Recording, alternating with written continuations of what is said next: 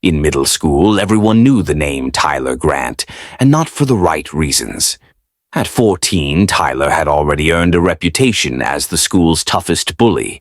He was the kind of kid you avoided in the hallways, quick with insults, rough with his words, and sometimes even rougher with his hands. Teachers called home often, warnings were issued, and students whispered his name with a mix of fear and frustration. No one really knew why Tyler acted the way he did. Not even Tyler. All he knew was that he was angry, and it felt easier to take that anger out on others than face what was going on at home. Tyler's dad had walked out 2 years earlier. Since then, his mom worked night shifts and slept most of the day. Their home was quiet, cold, and filled with silence that screamed louder than any argument. Tyler didn't know how to talk about his pain, so he used his fists and his words to cover it up. But everything changed the day Tyler met Max. Max was the new kid, skinny, soft-spoken, and always carrying a book. Max was an easy target, and Tyler knew it. Within the first week, Tyler had tripped him in the hallway, mocked his stutter, and even thrown his backpack in a trash can. What Tyler didn't expect was Max's reaction. Instead of fighting back, Max looked him in the eye and said, "I'm sorry you're hurting." The words caught Tyler off guard. No one had ever said something like that to him, not with kindness, not with understanding. "I'm not hurting," Tyler shot back. But he was. That moment stuck with him. It kept him awake that night and echoed in his mind for days. Then, one day after school, Tyler saw Max being cornered by 2 older students near the bus stop. Without thinking, Tyler stepped in.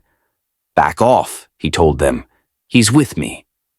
The bullies laughed but walked away. Max looked up at him, confused. "Why'd you help me?" Tyler shrugged. "Guess I'm tired of being the bad guy." It was the first time he admitted it, even to himself. That one act of kindness marked the beginning of a transformation. Over the next few weeks, Tyler started sitting near Max at lunch. They didn't talk much at first, but slowly, a friendship formed. Max introduced Tyler to his favorite fantasy books, and Tyler, surprisingly, enjoyed them. They found common ground in video games, music, and a shared feeling of not quite fitting in. Word spread quickly that Tyler wasn't the same. He stopped picking on kids. He even apologized to a few, clumsy and awkward apologies, but real ones. Teachers noticed. So did the principal, who invited Tyler to join the school's peer mentoring program.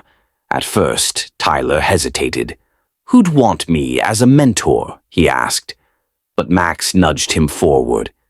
"People change. You're proof." Tyler joined. By the end of 8th grade, Tyler was helping younger students navigate school life, listening to their problems and encouraging kindness. The same kid who once ruled through fear was now helping build friendships. At the 8th grade graduation ceremony, Tyler received the school's Turnaround Award, a recognition for growth and change. As he walked across the stage, students stood and clapped. Some were surprised, others emotional. Tyler smiled, not the smug grin he used to wear, but a real, grateful smile. After the ceremony, Max gave him a fist bump. "Told you you had it in you." Now in high school, Tyler is part of the student support team. He speaks to younger students about bullying, sharing his story with honesty and humility. He reminds them that people aren't just who they were.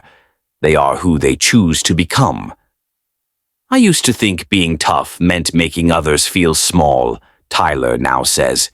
"But real strength, it's in lifting people up, even if you once knocked them down." Tyler's story isn't just about redemption. It's about the power of empathy, friendship, and second chances. Because sometimes all it takes to change a life is one person brave enough to see past the pain and remind someone who they can be.